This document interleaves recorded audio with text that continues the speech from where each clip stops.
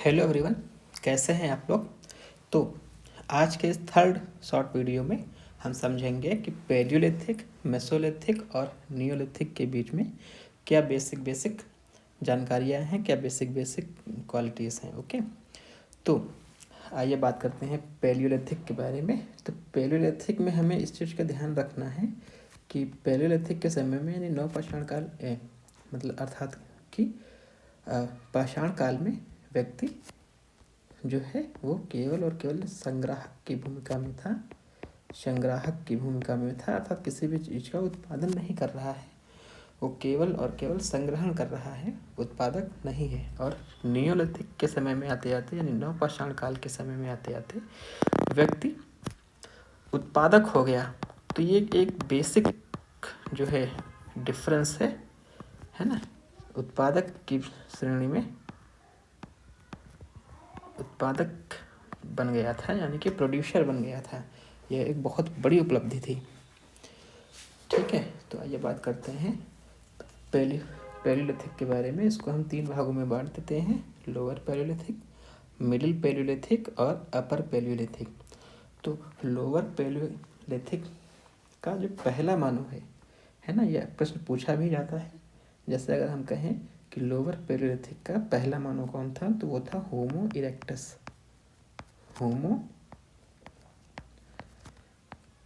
Erectus. ठीक है, ये था लोअर पैलियोलिथिक का।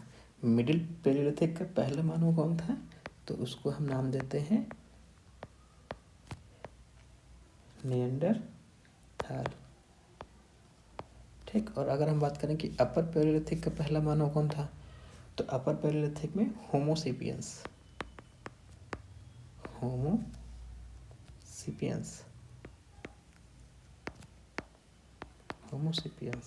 है ना, होमोसेपियंस।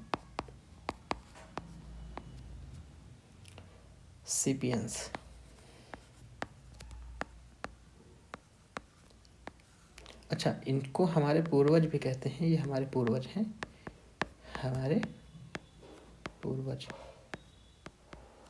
ठीक है। ये बहुत ही मतलब विवेकशील, अगर हम बात करें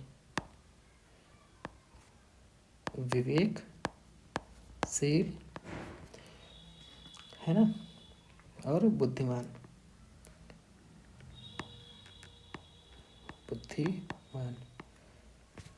तो ये बहुत विवेकशील और बुद्धिमान।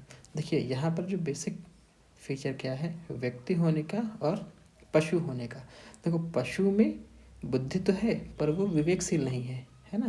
जैसे पशुओं को भी पता है कि हमें किससे खतरा है, वो वहाँ से हट जाते हैं खतरा होने पर। ठीक है, विवेकशील नहीं है ना। लेकिन मनुष्य क्या है, विवेकशील भी है और बुद्धिमान दोनों है। तो आइए आगे चलते हैं। लोअर पैलियोलिथिक के समय में व्यक्ति जो था वो फूड गैदर्ड था। गैदर्ड माने इकट्ठा करना, गैदर्ड। ठीक, फूड इकट्ठा करना। राइटिंग थोड़ा सा गड़बड़ है यहाँ पे, पेन नहीं पकड़ रहा है। फूड गैदर्ड था। फायर से डरते थे,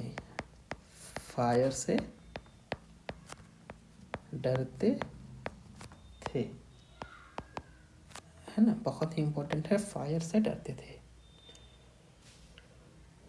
निएंडरथाल की अगर हम बात करें, ठीक है, तो निएंडरथाल के समय में फायर फॉर प्रोटेक्शन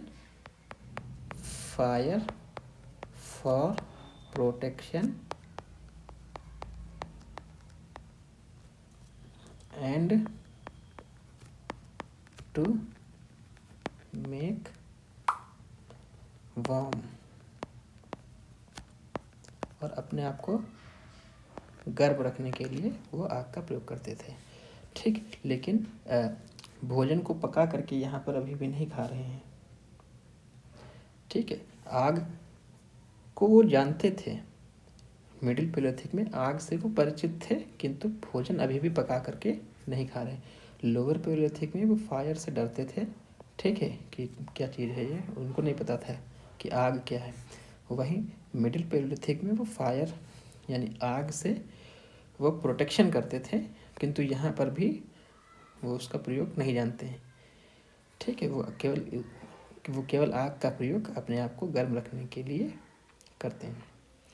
आइए चलते हैं अपर पैलियोलिथिक में। तो अपर पैलियोलिथिक में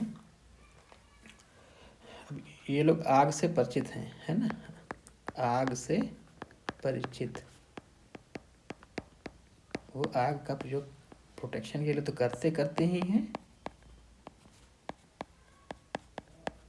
है ना। और अब मांस को वो लोग भून करके खाने लगे, मांस को भून कर खाने लगे, मांस को भूनकर